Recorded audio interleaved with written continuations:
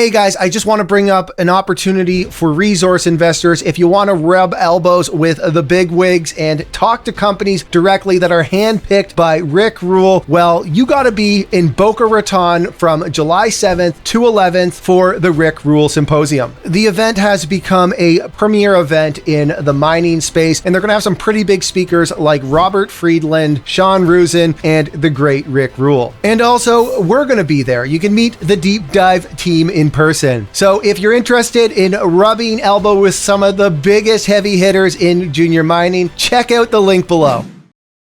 Good afternoon, everyone. Today I'm chatting with Jordan Trimble from Skyharbour Resources. The last time we had Jordan on, our audience had tremendous interest. And since the last time we had him on, there has been tremendous news flow produced by the company. So we figured that we'd reach out to Jordan and hear the latest and get some color on all the company's recent events. Also, we discussed what's happening in the uranium market, news such as NextGen recently purchasing 2.7 million pounds of uranium, what's happening with the Russian uranium ban, and also the interest that he's receiving from institutional investors. All right, everybody, enjoy the interview. Jordan, thanks so much for joining us again. Thanks for having me. Looking forward to catching up. So I'd like to start off by talking about some of the stuff that's happening in the uranium world. And yesterday there was some news out of the uranium world that I think had a lot of people scratching their head. NextGen Energy announced that they're purchasing 2.7 million pounds of uranium, and they're going to do so and fund it while taking on $250 million in unsecured debentures from MMCap, a well-known hedge fund here in Canada. I'm not asking you to specifically comment on another company's news, but this idea that companies are, or uranium producers or exploration companies are purchasing up physical uranium and holding on to it. I think we saw it start a few years ago with Denison. Then we saw Sprott come in with the trust. What are your thoughts on uranium developers, producers, explorers buying physical uranium and just sort of holding on to it? Do you think that makes sense? Do you think it's strategically a good idea? Yeah, I do. Absolutely. And it's, as you alluded to, we've seen this a few times with other developers, Denison, UEC, other companies that have bought physical uranium. First and foremost, it helps out with flexibility, provides flexibility with their contracting and their contract negotiations. And given that they are developers, they're not producing currently, it's important that they have some inventory, they have some physical, such that if they're entering into these contracts, negotiating these contracts with utilities, if something happens, production doesn't come online as quickly as they like, or things do happen. It's not easy building uranium mines or producing uranium consistently at the production rates that you're guiding. So it provides that flexibility. I think it also shows there's confidence in the current price in the, call it low to mid 90s. So I think these are important transactions. I think it's healthy for the sector. And I think it was a good deal. So another big story that happened recently is the Russian uranium ban. I've spoken with a few CEOs of uranium companies, some of which are CEOs of producing companies, and they think that this is a really big thing. Some of them say, well, it'll probably find its way into the American or Western market through third parties. So it's not that big of a deal. What's your thoughts on this? Do you think that this is a really big story and a big catalyst for the uranium market? I think it can be. I think it'll take some time for it to percolate into the market and have the impact that I think some people are expecting it will have. So this is legislation that was working its way through Congress for some time. It got stalled up in the Senate late last year, and then we just got the Senate approval last week. It'll be signed off by the president and then go into effect 90 days thereafter. And this will effectively ban Russian uranium and nuclear fuel imports into the U.S. The U.S., as most people know, has been heavily reliant on Russian nuclear fuel imports for some time, upwards of 25% of their annual requirements. So this is going to have ultimately a fairly significant impact, especially on U.S. utilities that have been heavily reliant on relatively inexpensive uranium and nuclear fuel coming from Russia. They're going to have to start sourcing material and relying on production from other parts of the world. And again, that's where places like Canada, having the Athabasca Basin, one of the largest producing jurisdictions globally, one of the safest and best jurisdictions globally. That's where Skyharbour has projects, and that's where a number of other larger companies operate.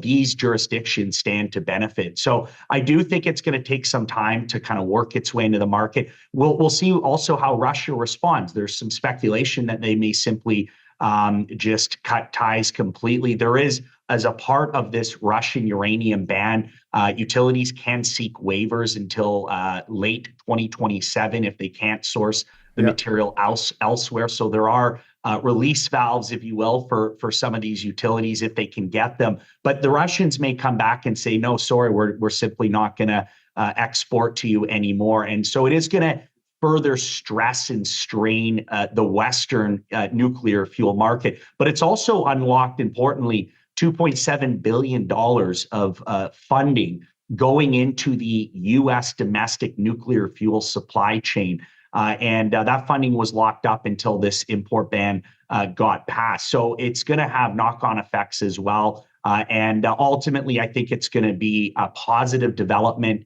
for the sector. I think it's going to put continued upward pressure on the uranium price. In particular, it's going to cause and force some U.S. utilities to have to pay up for Western supply coming from the U.S., coming from Canada, coming from Australia. So we'll see how it all plays out here, but it's a net positive in my view.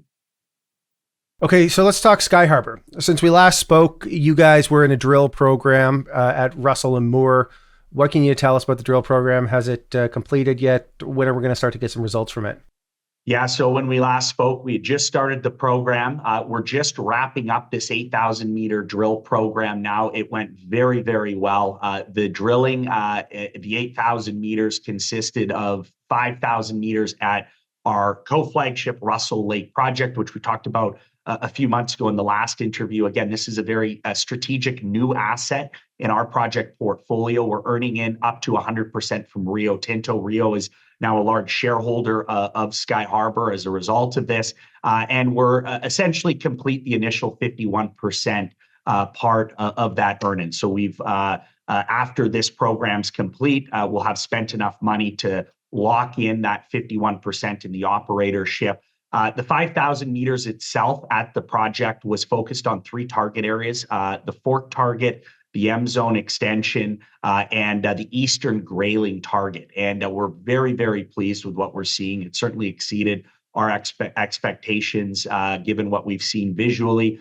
In particular, the Fork target, which was a new target that we outlined and did a lot of new geological modeling on in late last year and early this year. It was a target that was never really drill tested by previous operators, as it sits, the conductor, the target sits right below the road and the power line. So the power interferes with the geophysical signatures and anomalies there. So we were able to intersect that target and very, very happy with what we're seeing. We're going to continue drilling at that new target here and following up this summer with the program that'll commence in July and August. So 5,000 meters at Russell, all of the assays are pending. So this is going to be a lot of news flow and upcoming catalysts for Skyharbour and our shareholders over the next several months as we work our way into the summer. And just to reiterate, this project is very strategic in its location, as it's situated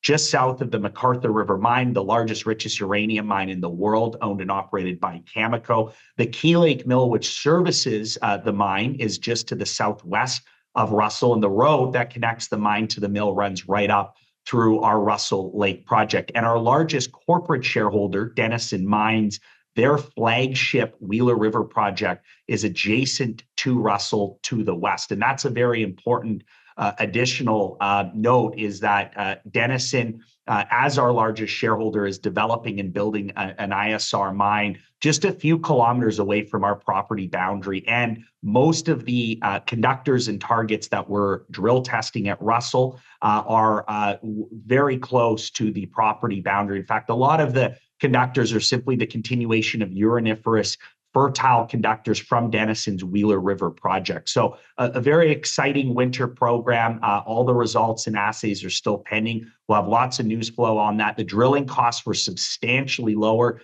than most other projects, given its infrastructure, the road, the power, and an exploration camp at the project. We're able to drill there at less than $350 all in Canadian a meter, and it's drillable all year round as we can drive to and from the project and our exploration camp. And then adjacent to Russell Lake, and as we would have discussed in the previous interview, we have our other co-flagship advanced stage exploration asset, which is called the Moore project. Now, this project we've had in our portfolio for some time. We've carried out numerous drill programs. We've intersected very high-grade mineralization, results as high as 21% U3O8 over 1.5 meters, and that was within 6 meters of 6% U3O8. Relatively shallow mineralization too, all within 280 meters of surface at this main Maverick conductive corridor. Now, we drilled 3,000 meters. We just finished that as infill and resource expansion drilling at the main high-grade Maverick zone, and those drill results are forthcoming along with the drill results from Russell. So that's the combined 8,000 meters of drilling with those assays pending, and we're again very pleased with what we've seen there. We haven't done a lot of drilling at Moore Lake since we acquired the option to earn in at Russell. So it's exciting to have some news flow and drill results from this high-grade project coming out in the coming months. Now, going forward, we are fully funded and permitted for another 8,000 to 10,000 meters at least of drilling this summer and this fall. So once we have news out on the results from this winter program, we will announce our plans for this upcoming summer program, likely consisting of multiple programs at Russell and Moore Lake, much like we just finished. And again, this will provide ample news flow right through the remainder of the year into 2025. Also, since we last spoke, you guys have had news with various of your JV partners, some of them a lot smaller than you, companies like Tisdale, North Shore Uranium. What can you update us on here? What's got you excited? Yeah, so just to recap, our second part of our business, in addition to being a high-grade exploration and discovery story focused on our two co-flagship Russell and Moore Lake projects on the eastern side of the basin. We've got 29 projects in total. One of the news releases we announced since we last spoke was the additional staking of new properties in the basin. So we're the third largest by acreage mineral tenure holder in northern Saskatchewan, with the 29 projects covering over 1.4 million acres. Now, as we discussed at length in the previous interview, we do act as a prospect generator looking to farm out option or JV out some of our secondary and tertiary projects. We have 7 partner companies now. 3 of them are now formally joint ventures as they've completed their earn-ins.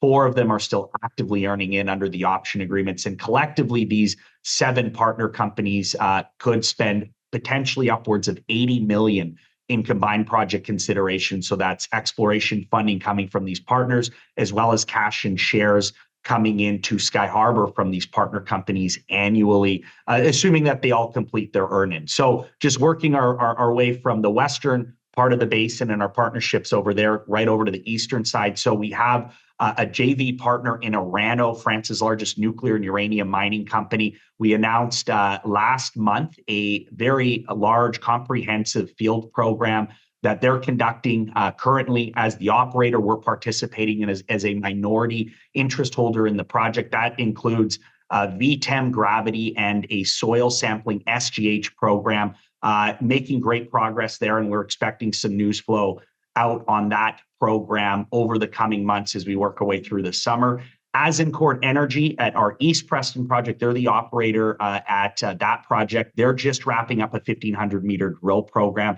Again, we participated as a minority interest holder in this project and in this program. So very excited to get the results from that drilling, as they've done some phenomenal work there in the last several years. I think they're on the verge of a new discovery there. They're intersecting good alteration and anomalous mineralization, and it's relatively shallow drilling.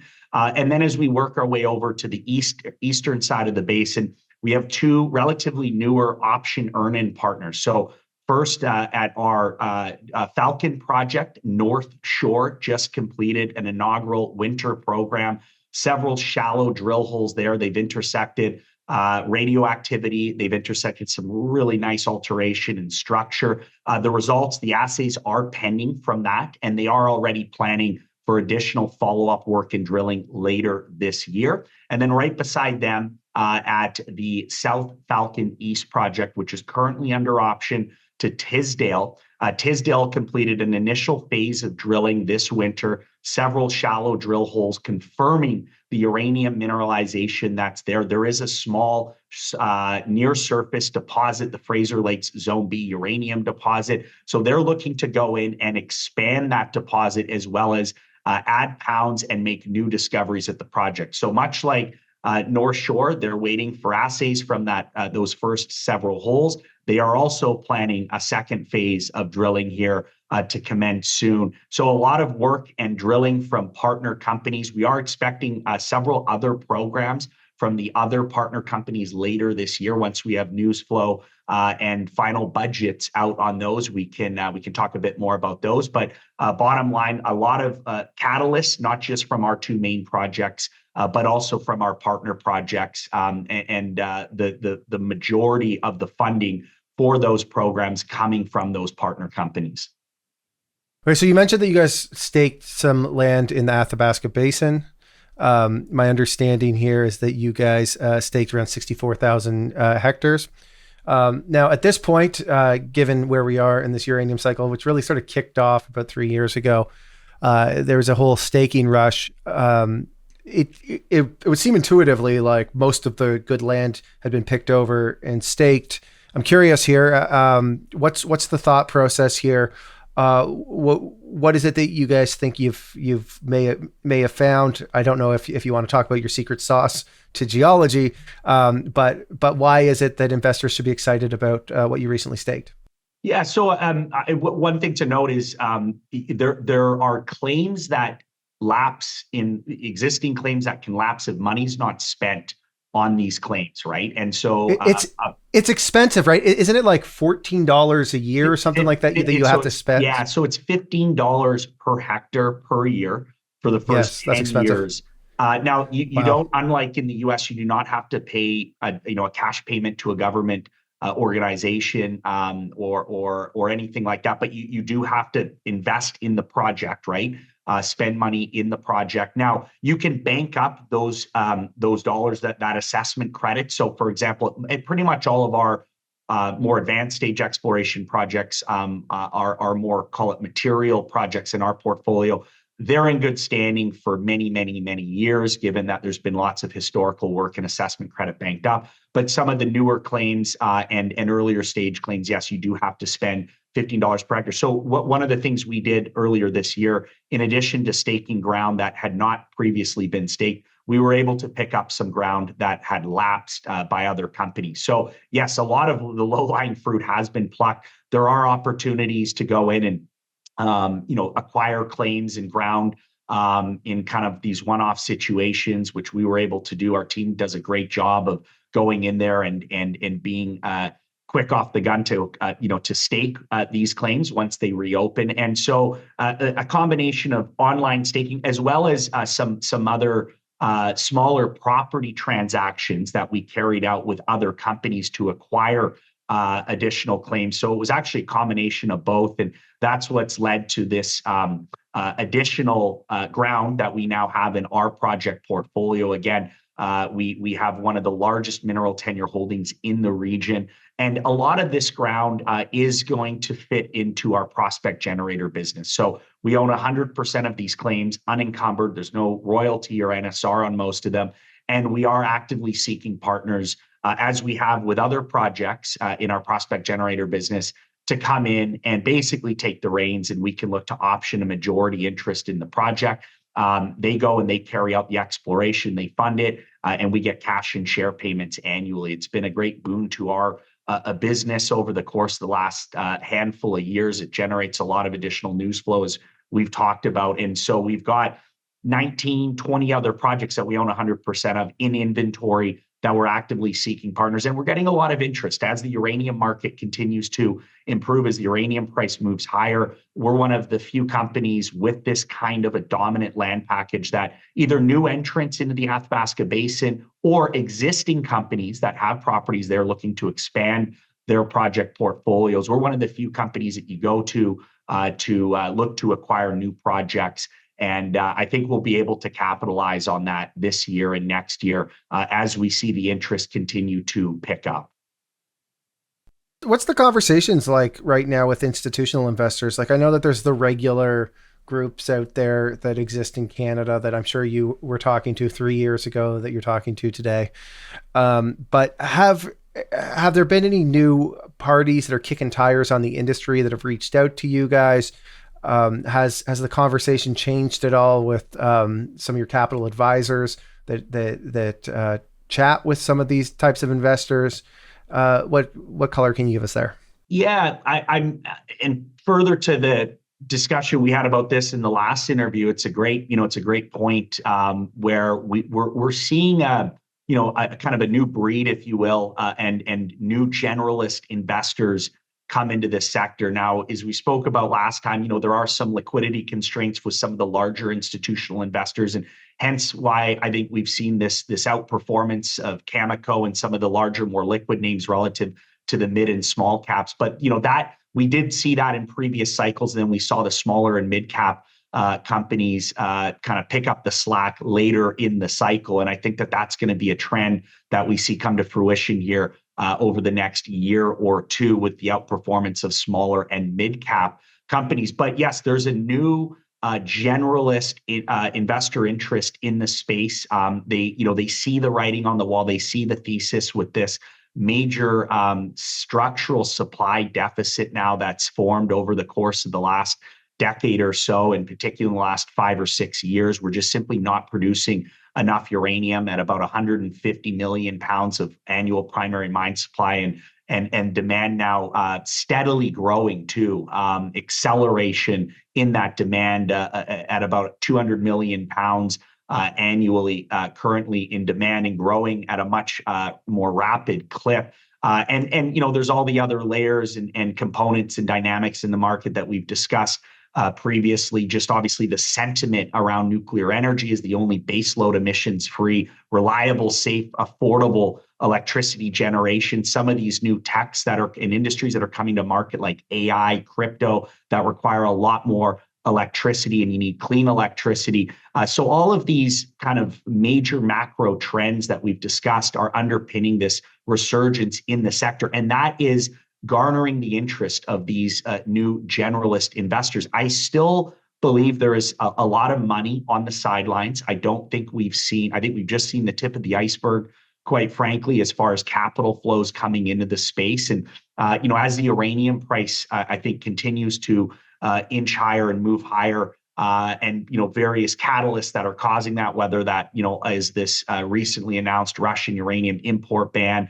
There's been a lot of positive developments in the recent months and recent years that would lead to this upward pressure on the uranium prices we're seeing. But as we see the price move higher, I think that's just going to provide more conviction to some of these funds, some of these larger institutional investors, that the time to deploy capital is now, and we'll see that capital move from the sidelines into these uranium equities. And there aren't that many ways to play the space or play the commodity as well. It's not as saturated as other commodities, and you can't just go out and buy physical uranium. You can buy obviously the Sprott Physical Trust, Yellowcake, and other physical holding companies, but there certainly aren't as many products and issuers and companies out there that provide direct exposure to the commodity as there would be for other metals and other energy commodities.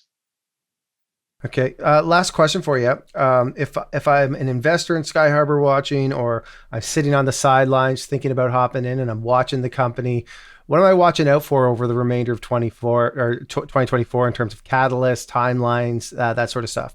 Yeah. So look, this is our biggest year in terms of catalysts, news flow, company-specific development. So as we talked at length about our 8,000 meter winter program at Russell and more, very excited to be announcing those results over the coming weeks and coming months, and it'll segue very nicely into the summer and fall program, another 8 to 10,000 meters of planned and fully funded drilling that'll commence this summer. So this year, you're going to have between 15 to 18, maybe even as high as 20,000 meters of drilling combined across those two advanced stage exploration assets in the Athabasca Basin. We're also working towards a resource estimate at our Moore Lake project, which will be out later this year. And the drilling that we've just carried out will help with that as well. And then, as we talked about, all of our partner-funded programs. So we've got the 7 partner companies. 4 of them are carrying out drill and field programs currently, or have just wrapped up winter programs. So news flow from those various partners, as well as several of the other 7 partners that we're expecting some additional work from in later this year. And then, as we talked about, we have a vast inventory of projects. We are in advanced negotiations to option and farm out some of these other projects. So keep an eye out for new option and JV agreements with new partner companies. And as we discussed too, we're continuously looking for acquisition opportunities, whether it be through staking or property deals with other companies. So look for us to continue to bolster our portfolio in the Athabasca Basin. And last but not least, as we talked about uranium price moving higher, we will see that ultimately translate into higher share prices. I do think there is going to be this trend of outperformance with the smaller and mid-cap names. We saw that in the mid-2000s, and I think we will see it again here play out over the next year or two. Well, Jordan, thanks so much for hopping on here today. Our audience loved it the last time you came on, and sounds like there's lots to talk about, which I think is super important in the junior markets. I recall one investor once saying to me that this is the entertainment business, and you guys clearly got that memo, because you guys have structured your company in such a way that there's lots to talk about and there's lots happening, and I commend you for that. So thanks so much for hopping on here, and hopefully you'll come back on in the future and continue to update us as we get more drill results and there's more JVs happening, and who knows, maybe you guys even stake some more land or acquire some more projects. Absolutely. No, I'll look forward to catching up again, and a lot of news flow and catalysts on the horizon for us. Perfect. Thanks so much, Jordan. Thank you. All right, everybody. Thank you for watching. If you enjoyed this interview, please smash that like button, subscribe, and ring that notification bell. Also, let me know what you think in the comment section. Thanks, everyone.